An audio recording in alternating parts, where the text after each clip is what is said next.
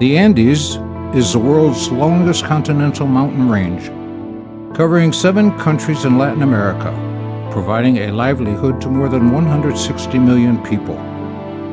Andean glaciers act as critical buffers against variable precipitation and provide water for domestic, agricultural, and industrial use during the dry season. As temperatures have increased considerably over the last 4 decades, and precipitation has declined over the Andes, many of the glaciers have lost up to 40% of their mass and retreated up to 30 meters per year. It is expected that warming will accelerate due to climate change, negatively impacting the Andean glaciers and causing small glaciers to disappear completely.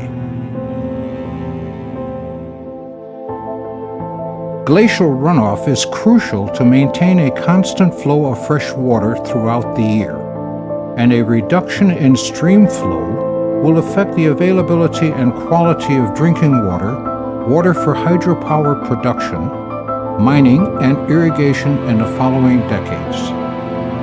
The reduction in snowfall and glacier contributions already caused severe droughts in cities in Chile, Argentina, and in the capital of Bolivia in the last few years.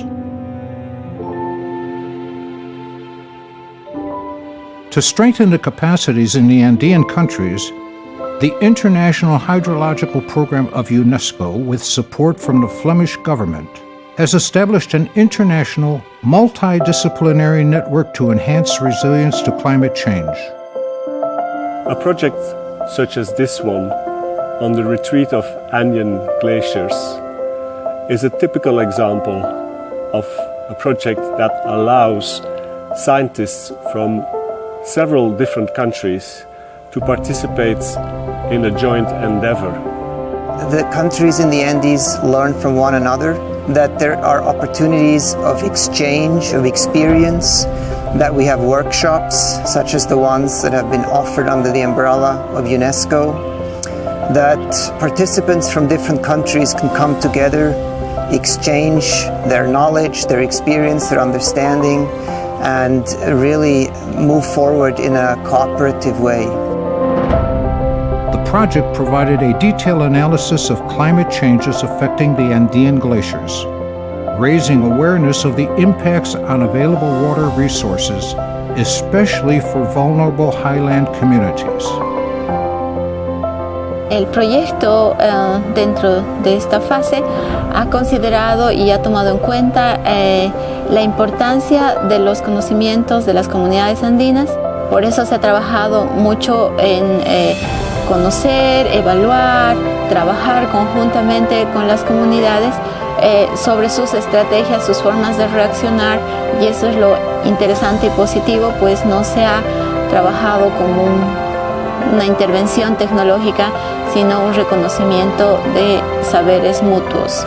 The development of national strategies was supported by strengthening the science policy dialogue on glacier protection and by identifying the vulnerability of ecosystem services as well as opportunities and adaptation potential. UNESCO's International Hydrological Program, IHP, is working with scientists and scientific institutions in order to have better understanding of the climate change impact on snow, glacier, and water resources. The scientific understanding is very important in order to develop appropriate adaptation policies in the region. A recent example involves increasing the storage capacities of mountain wetlands to compensate for glacial retreat. More than 200 participants from 19 countries were involved in field courses on glacier mass balance measurement, as well as training on the consequences of climate change on the Andean glaciers and the downstream water security challenges. Exhibitions were organized in several locations to interact with local communities as well as policymakers to raise awareness and as a call for action to develop adaptation strategies. In collaboration with the Snow and Ice Working Group, UNESCO, will further support the Andean countries to reduce the impacts of climate change on their glaciers and freshwater resources. Agradezco a Unesco, al gobierno de Flandes, el apoyo que han entregado a nuestras inquietudes por nuestros glaciares y espero que sigamos trabajando juntos.